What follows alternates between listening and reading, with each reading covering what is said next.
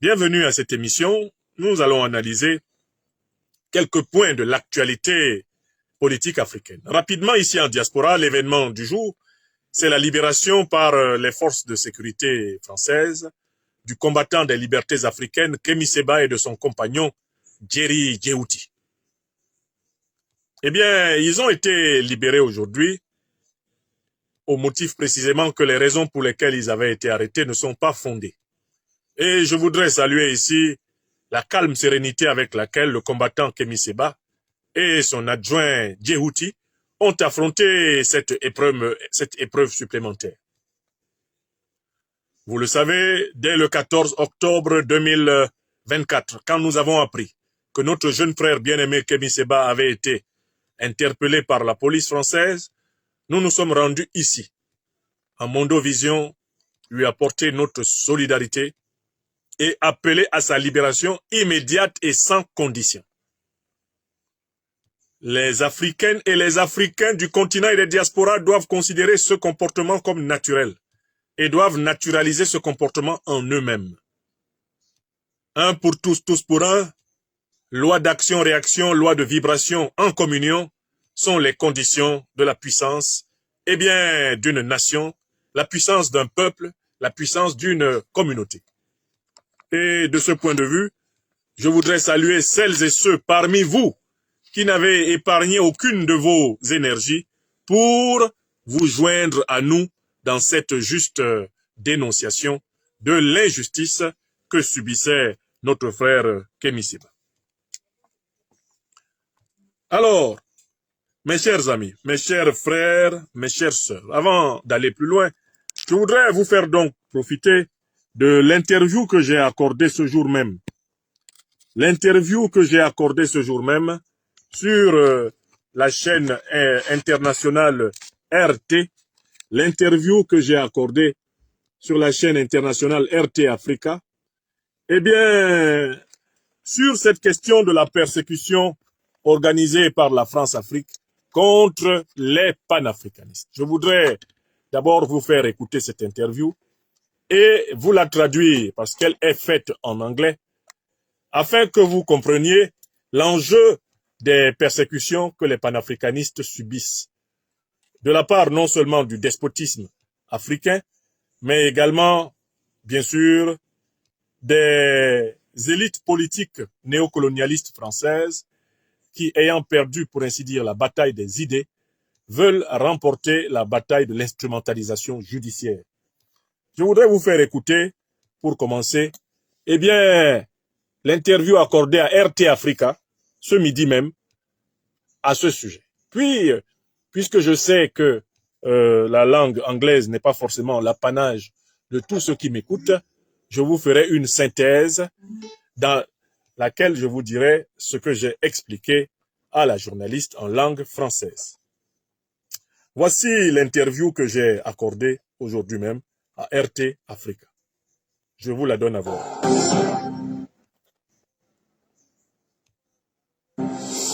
Let's cross live to Franklin Nyamsi, philosopher, writer, and public speaker to discuss this further. Franklin, good to have you on the program with us. Kémy Séba has just been released, as I mentioned just a few moments ago, but his investigation is still ongoing. How do you see this case developing? Thank you very much, and good morning to everyone.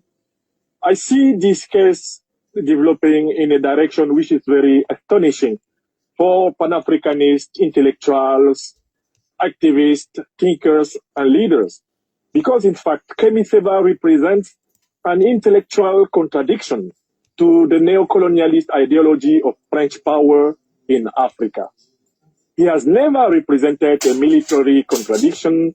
He has never used any kind of weapons against the French power. He only uses his speech, his thought, and his freedom of mind. So, by this kind of prosecution, using justice in a kind of lawfare process, the French power is, in fact, not acknowledging the freedom of African people in France and out of France to have a dissent with the French elite political vision in Africa. So this is clearly a scandal. Yeah, the charges are intelligence activities in the interests of a foreign state. What do you make of that? I don't know, in fact, anything about the real content of the charges because, in fact, what I know is that Kemi Seba is somebody who defends African sovereignty, defends the right for Africa to get its own currency and not the CFA neocolonial currency, the right for African people to choose their own leaders, the right for African people to root their institutions in their own tradition. So I just know Kemi Seba as a leader using speech, using, how can I say, the power of the spirit and not the power of weapons. So I can't understand why somebody who is just in an intellectual dissentiment against French policies in Africa could be considered like an enemy and quite a military enemy. He is known for his strong criticism of French policy in the Sahel. Is that much of a factor in this arrest, do you think? I think, in fact, the French elite power has a problem, which is an intellectual defeat in front of Pan-Africanist leaders, thinkers, activists, and militants.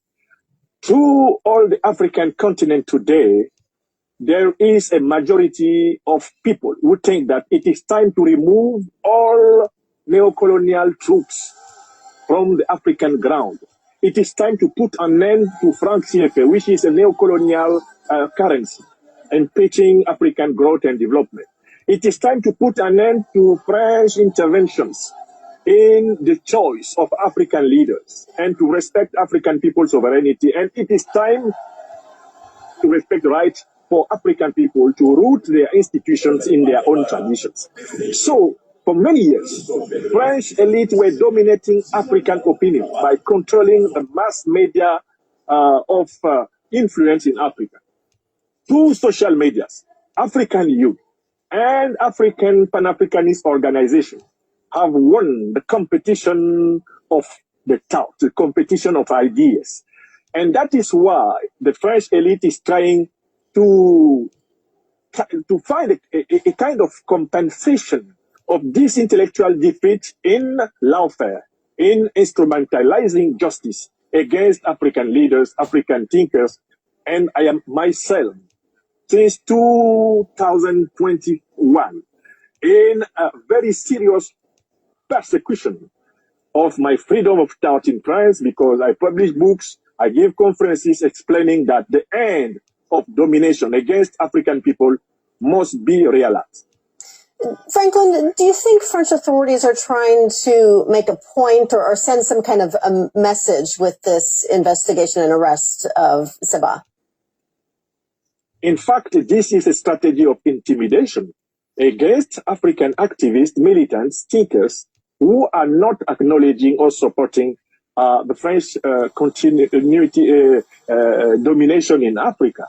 This is, in fact, a kind of psychological action against those people who, through their social medias, through their books, through their organizations, are still acting for the end of French domination on what is called Francophone Africa.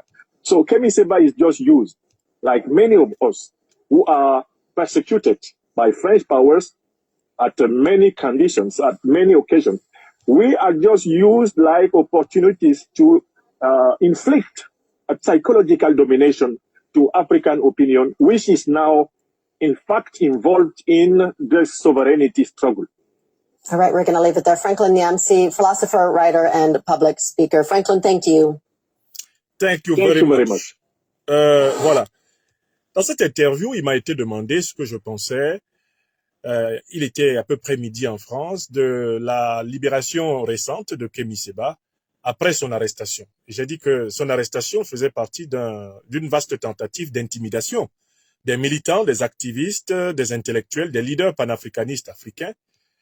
Et on m'a demandé par la suite, mais pourquoi utiliser cette méthode de l'arrestation contre un activiste, contre un militant, contre un leader panafricaniste à Paris? Et j'ai dit que, mais en fait, l'élite politique française vient de constater qu'elle a perdu la bataille des idées, la bataille de la pensée. Parce que pendant longtemps, à travers ces médias, RFI, France 24 et consorts, eh bien, l'élite politique française dominait l'opinion africaine. Elle ne ressentait donc pas le besoin de croiser le fer avec les activistes, les intellectuels, les penseurs, les militants panafricanistes. Mais grâce à la révolution des réseaux sociaux, l'élite politique française a perdu la bataille des idées face aux Africains. Les panafricanistes ont fait mordre la poussière sur le terrain de l'argumentation, sur le terrain eh bien, de la défense des idées, en décapitant les 4 fondements eh bien, pseudo-intellectuels, mais en réalité idéologiques de la domination française en Afrique. Les panafricanistes ont montré qu'on ne pouvait pas continuer à tolérer l'occupation militaire du sol africain par l'armée française, qu'on ne pouvait pas continuer à tolérer la présence de la monnaie néocoloniale et coloniale du franc CFA, qu'il était hors de question de continuer à tolérer les ingérences de l'élite politique française dans le choix des dirigeants africains, enfin qu'il était hors de question d'accepter encore la répression culturelle de l'Afrique et la négation de l'africanophonie et de la tradition multimillénaire de l'Afrique, beaucoup plus ancienne que celle de l'Occident. Par conséquent, parce que nous avons gagné sur le terrain des idées cette bataille, alors l'élite politique française a décidé de déporter le combat sur celui de l'instrumentalisation de la justice pour nous punir. Donc, en réalité, ayant perdu sur le terrain eh bien, intellectuel, sur le terrain idéologique, sur le terrain de la pensée, cette élite essaie de compenser son retard par l'instrumentalisation de la justice, donc du droit national et du droit international. C'est dans le cadre de ce dispositif, bien sûr, que Kémy Séba a été interpellé lors de son transit à Paris. On m'a demandé, mais quelles sont les chances que cette stratégie puisse fonctionner? D'autant plus que Kémy Séba aurait été accusé de mener des activités contraires aux intérêts français. J'ai répondu que, à ma connaissance, Kémy Séba utilise essentiellement l'arme de la pensée et de la parole. Et que je m'étonnais que quelqu'un qui utilise l'arme de la pensée et de la parole soit traité comme un ennemi militaire. Il s'agit là, en réalité, d'une incongruité logique, morale et juridique. Comment peut-on traiter quelqu'un qui fait des conférences, qui donne des manifestations, quelqu'un qui utilise la parole, le verbe, la pensée, qui publie des livres, qui anime des médias? Comment peut-on le traiter comme quelqu'un qui dirigerait une armée en guerre contre, je ne sais pas, l'armée française? Je trouve là qu'il y a une incongruité et même un scandale. D'autant plus que c'est cette méthode qui est utilisée contre tous les militants, les activistes, les intellectuels panafricanistes depuis un certain nombre d'années. J'en ai profité pour rappeler que depuis 2021, je suis moi-même l'objet d'une persécution politique acharnée. Ici en France, mais uniquement parce que je fais usage de ma raison. Parce que je critique la politique africaine de la France, on a jugé bon de me faire vivre littéralement un enfer quotidien depuis bientôt 5 ans. Et que c'est en fait le signe d'une grande défaite, l'incapacité de nous vaincre sur le terrain de la raison, sur le terrain de l'argumentation objective. On essaye de la compenser par la brutalité, par l'instrumentalisation de la justice, par des procès controuvés, par des accusations fantasmagoriques comme celles que plusieurs d'entre nous subissons aujourd'hui. Enfin, la journaliste m'a demandé, mais quel avenir des relations franco-africaines cela augure-t-il? Je lui ai dit que les Africains, quant à eux, ont décidé de prendre leur destin en main. Il appartient à l'élite politique française de réviser son agenda, de réviser sa doctrine et de s'adapter à la dynamique irréversible du monde multipolaire. Les Africains ne sont pas simplement partis, les Africains sont déterminés à se prendre en main. Voilà les réponses que j'ai apportées à RT Africa lors de cette interview. Et je crois que ces réponses vous intéressent au plus haut point. Ce sont des positions que vous connaissez. Kémy Séba a été libéré, précisément parce qu'on l'avait arrêté pour rien.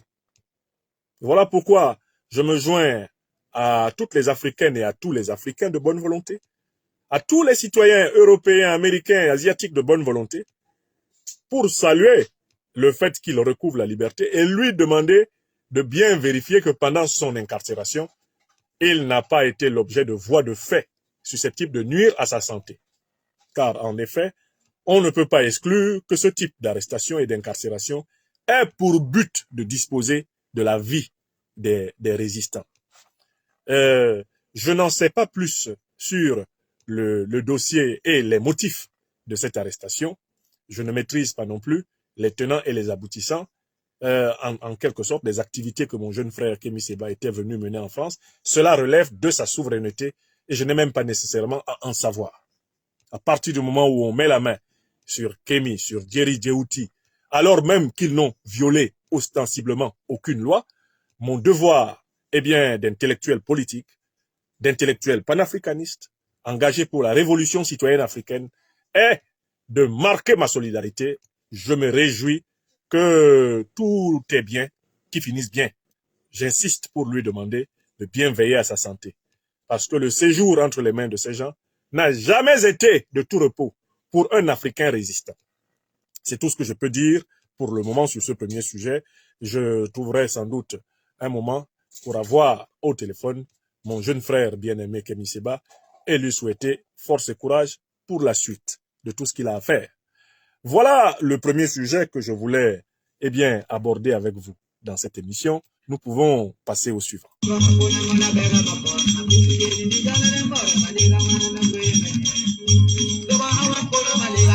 Oui, alors, toujours sur le premier sujet, je voudrais en profiter pour répondre à une objection que j'ai lue dans plusieurs commentaires. L'objection consiste à dire on ne peut pas combattre le colonialisme et le néocolonialisme français à partir de la France. Ceux qui font cette objection ne réfléchissent pas suffisamment. Je leur demande, est-ce qu'il n'y a pas actuellement des Français qui combattent la souveraineté de l'Afrique et qui sont en Afrique? Je pose cette question à ceux qui font cette objection. Est-ce qu'il n'y a pas aujourd'hui sur le sol africain des Français qui combattent la souveraineté africaine à partir du sol africain? Et pourquoi il n'y aurait pas des Africains qui combattent la domination française à partir du sol français? Je vous pose la question. C'est juste un problème d'intelligence sur plusieurs de mes frères et sœurs qui ont une vision clivée de la réalité. Deuxième élément que j'apporte, parce que c'est une objection que j'ai lue. Les panafricanistes doivent être en Afrique. Il n'y a que ceux qui ignorent ce que c'est que le panafricanisme qui peuvent dire cela. Que veut dire pan dans le mot panafricanisme? C'est-à-dire défense mondiale, planétaire des libertés africaines. Je vous rappelle que les premiers panafricanistes étaient des descendants d'esclaves noirs en Amérique du Nord. Que les premiers panafricanistes étaient des intellectuels noirs d'Europe. Et que le panafricanisme ne s'est installé qu'en troisième vague sur le continent africain. Même les grands panafricanistes du continent africain, comme Kwame Nkrumah, ont contracté l'idéologie en séjournant à Londres et aux États-Unis. Le panafricanisme est une idéologie de libération de l'Afrique qui est née en diaspora et qui concerne, à l'instant même où je vous parle, les Noirs américains, les Africains américains, qui concerne les Noirs d'Europe, les Africains d'Europe, les Noirs d'Asie, les Africains d'Asie, et qui concerne tout naturellement les Africains d'Afrique. Donc, trêve d'ignorance. Ici, c'est l'Université libre de l'Afrique des libertés. C'est l'Université libre de l'Afrique des libertés. Quand vous venez et que vous dites des choses, essayez de vous demander devant qui vous les dites. Quelqu'un qui ne parle jamais en vain. D'accord? Sachez donc que le panafricanisme est une idéologie, c'est une idéologie continentale et planétaire. C'est une idéologie, je dis bien, continentale et planétaire. Le panafricanisme n'est pas une idéologie restreinte au seul continent africain. Elle concerne l'Africain de tous les horizons. D'accord? En tant que celui-ci doit être émancipé, respecté dans sa dignité. Écrivez ça. Que plus personne ne vienne devant vous dire on ne peut combattre pour l'Afrique qu'à partir de l'Afrique. Ce n'est pas vrai. Ça ne s'est jamais passé comme ça. Aucune bataille de libération n'a été menée à travers l'histoire par un grand peuple sans passer par ses diasporas. Une grande nation, une grande communauté mène ses luttes en mettant en convergence ses forces continentales, ses forces intérieures et ses forces extérieures. Les diasporas sont l'une des conditions de la puissance. Si vous venez ici, sur ma page Facebook, ici sur ma page YouTube, ici sur ma page TikTok, partez toujours du principe que quand je dis quelque chose, j'ai au moins un préjugé favorable. C'est documenté. Alors, prenons quelques grands noms du panafricanisme que certains d'entre vous ne connaissez peut-être pas. Est-ce que vous connaissez William Dubois? Du Bois, comme on l'appelait. Est-ce que vous connaissez Marcus Garvey? Est-ce que vous connaissez George Padmore? Est-ce que vous connaissez Richard Wright?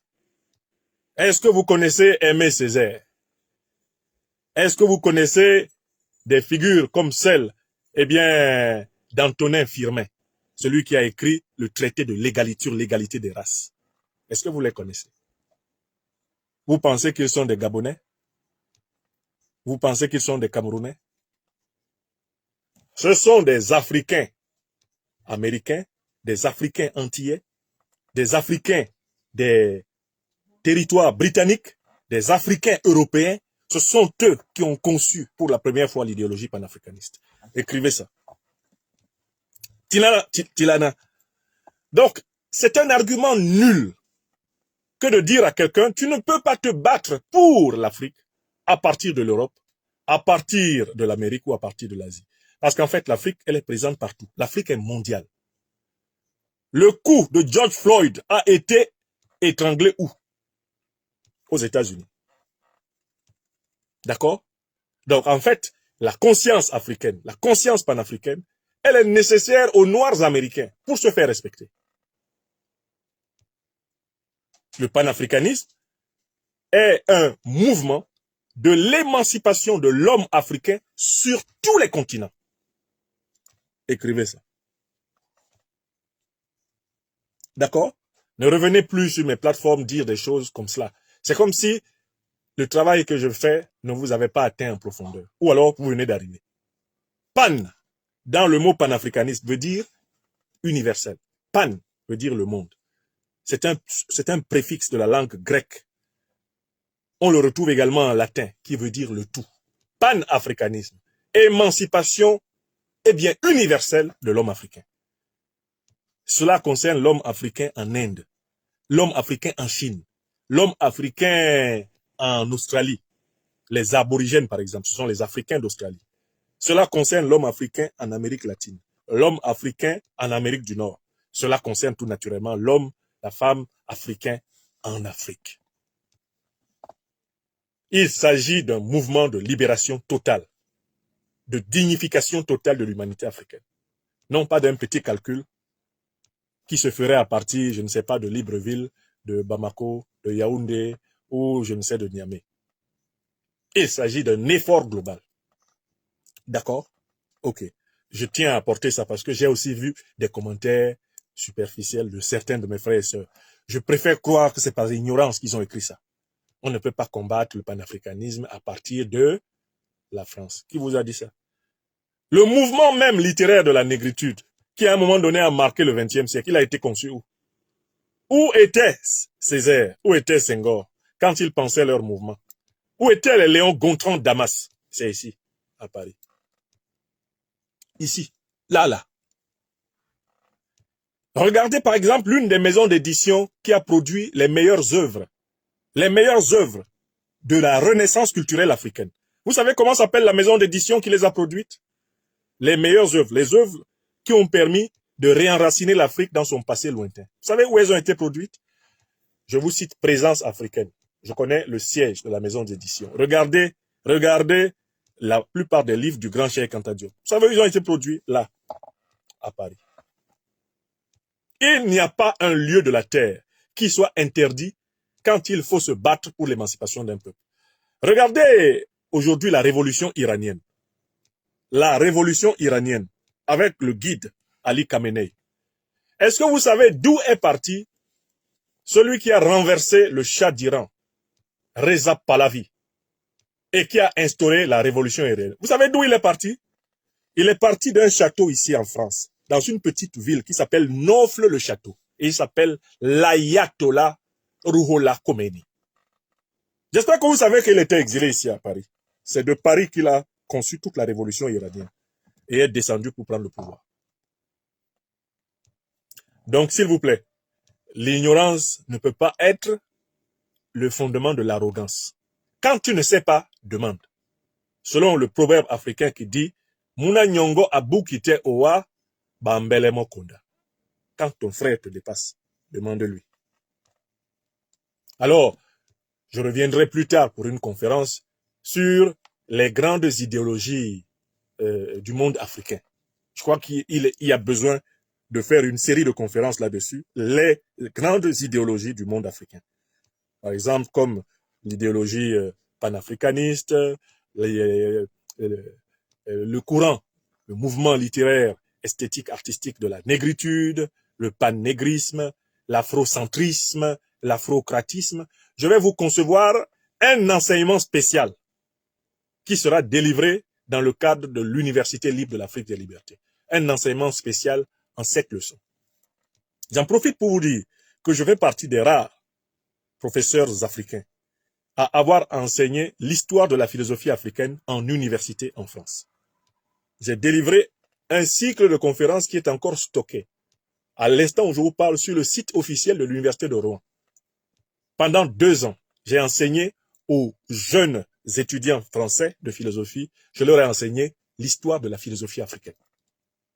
Vous pouvez trouver au moins 12 heures disponibles de conférences sur l'histoire de la pensée africaine enseignées aux jeunes Français. J'ai fait ça. Donc, quand vous êtes assis quelque part à Dakar, à Douala, à Libreville, n'ayez aucune illusion que vous êtes plus utile à l'Afrique que les Africains qui sont assis dans les diasporas. Chacun d'entre nous, quelle que soit sa position sur la planète, peut être pleinement utile à l'Afrique. Pleinement utile à l'émancipation de l'humanité africaine. Ne jugez pas les gens sur leur localisation. Jugez les gens sur leurs actions. C'est extrêmement important. J'ai vu quelques commentaires qui apparaissaient rapidement. Bon, mon jeune frère Kémy Seba a dit qu'il va donner une conférence pour expliquer ce qu'il était venu faire en France, ce qu'il est venu faire en France. Attendez d'écouter sa conférence. Il a déjà publié sur sa propre page un premier billet relatant les conditions de sa libération avec son adjoint Jerry Djouti. Il faut aller l'écouter. Et attendez sa conférence, vous lui poserez les questions. Bon, je ne peux pas répondre à sa place. Je ne suis pas le maître de son agenda, ni du contenu réel ou total de ses activités. Il est le président de Urgence panafricaniste. Moi, je suis président de l'Institut de l'Afrique des libertés. Notre association est une association de droit légal au Mali. Voilà. Je peux vous parler des activités de l'Institut de l'Afrique des libertés avec certitude. Urgence panafricaniste, vous demanderez à Kémy Seba. C'est lui le président de son association. C'est lui qui connaît leur agenda d'action. Mais s'il vous plaît, quand vous venez sur mes pages, partez du principe que vous êtes à l'université. Donc quand vous dites quelque chose, essayez de vous assurer que vous avez cherché un peu à vérifier que ce que vous dites a un sens. Parce que bon, mon rôle, c'est quand même, en tant que le docteur des preuves, de ne pas vous laisser dire n'importe quoi à notre peuple. Ici, c'est l'université citoyenne de l'Afrique des libertés. On rigole pas ici. On ne dit pas des choses comme ça par hasard, non. On dit, on prouve. Quand on ne peut pas prouver, on l'affirme au conditionnel ou on demande. Selon le vieux proverbe Douala qui dit, Muna Nyongo abukite owa bambele mokonda. Quand tu vois que ton frère sait plus que toi, demande-lui. Ne fais pas comme si tu savais. La main qui demande ne crie pas. La main qui demande ne crie pas. Bon. Veuillez tout simplement vous abonner et activer la cloche de notification pour ne rien rater. Retrouvez KDV sur YouTube, Facebook, TikTok.